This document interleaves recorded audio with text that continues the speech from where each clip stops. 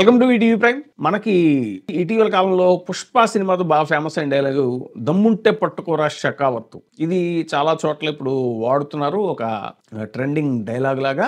ఆ మధ్యన సినిమా వాళ్ళంతా కలిపి, సినిమా ప్రొడ్యూసర్స్ వాళ్ళందరూ కలిపి పైరసీ మీద విపరీతమైనటువంటి ఒక ఆగ్రహాన్ని వెలిబుచ్చారు. ముఖ్యంగా ఐబొమ్మ అనేటువంటి సైట్ ఏదైతే ఉందో, వెబ్సైట్, అది సినిమా కలెక్షన్స్ ని చాలా డ్యామేజ్ చేసింది. అది ఎందుకనంటే పైరసీలో అది నెంబర్ 1. అది సినిమా రిలీజ్ అయినటువంటి కొద్ది గంటల్లోనే వాళ్ళు మంచి క్వాలిటీ ప్రింట్ తోటి వాళ్ళ వెబ్సైట్ లో పెట్టేస్తారు. దాంతో ఏంటంటే సినిమా థియేటర్కి వచ్చే ఆడియన్స్ ఐబొమ్మ వాళ్ళు తగ్గిపోతున్నారని చెప్పేసి ప్రొడ్యూసర్లు అంతా కూడా ముక్త కంఠంతో ఐబొమ్మ మీద ఒక యుద్ధాన్నే ప్రకటిస్తే, ఐబొమ్మ ఓనర్ ఎవడైతే ఉన్నాడో అతను అక్కడి నుంచి అన్నాడు, దమ్ముంటే పట్టుకోరా షకావత్ అన్నట్టు ప్రొడ్యూసర్స్ సవాల్ విసిరాడు. ఎందుకంటే అతను కొన్ని లాజిక్స్ చెప్పుకుంటూ వచ్చాడు. మీరు అడ్డగోలుగా సినిమా టికెట్ రేట్లు పెంచేస్తున్నారు, అది కూడా ఒక కారణం, మెయిన్ కారణం అదే సినిమా థియేటర్లకు రాకపోవడానికి.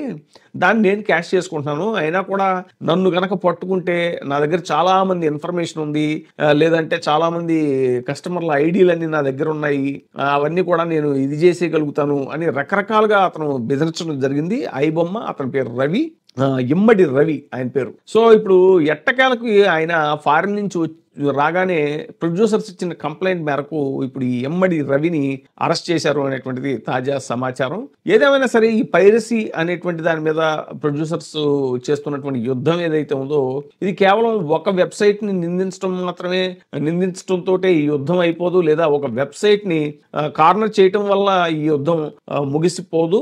దీనికి అనేక కారణాలు ఉన్నాయి. ముఖ్యంగా కూడా సినిమా ప్రొడక్షన్ రేట్లు పెరిగిపోవటం, హీరోయిన్ల రెమ్యునరేషన్లు పెరిగిపోవటం, ఇలా ఎన్నో సమస్యలు ఆ మధ్యన మనం చూసాము. సినిమా టికెట్ రేట్లు కూడా దారుణంగా పెంచేసుకుని ప్రభుత్వాలని ఎక్కడ దాకా తీసుకెళ్లిపోయారంటే, తెలంగాణ గవర్నమెంట్ అయితే అసలు పుష్ప సినిమా టైంలో అసలు నేను అధికారంలో ఉన్నంత వరకు బెనిఫిట్ షోలకి అనుమతి ఇవ్వను, టికెట్ రేట్లు పెంచనివ్వను అని రేవంత్ రెడ్డి గారు చెప్పడం. కానీ ఆ తర్వాత వచ్చినటువంటి ఓజీ సినిమాలకి, చాలా సినిమాలకి, హరిహర వీరమల్లు లాంటి సినిమాలకి, ఎన్నో సినిమాలకి మళ్ళీ ఎగ్జంప్షన్ ఇవ్వటం జరిగింది. ఈ విషయంలో ప్రభుత్వాలు కూడా చాలా అబాస్పాలవుతున్నాయి. ఒకళ్ళకి పెంచుతున్నారు, ఒకళ్ళకి తగ్గిస్తున్నారని. దీన్ని స్ట్రీమ్ లైన్ చేయడం కోసమే అప్పుడు వైసీపీ గవర్నమెంట్ లో జగన్మోహన్ రెడ్డి గారు కొన్ని పకడ్బందీ నిర్ణయాలు తీసుకున్నారు. కానీ దాని మీద తీవ్రమైనటువంటి వ్యతిరేకతని అప్పటి ప్రతిపక్షంలో ఉన్నటువంటి తెలుగుదేశం పార్టీ క్రియేట్ చేయగలిగింది. మనకు తెలుసు, సాక్షాత్తు చిరంజీవి గారు అప్పుడు వెళ్ళినప్పుడు ఆయన సరిగ్గా రిసీవ్ చేసుకోలేదని చెప్పేసి రకరకాల పుకార్లన్నీ కూడా సోషల్ మీడియా వేదికగా చేశారు.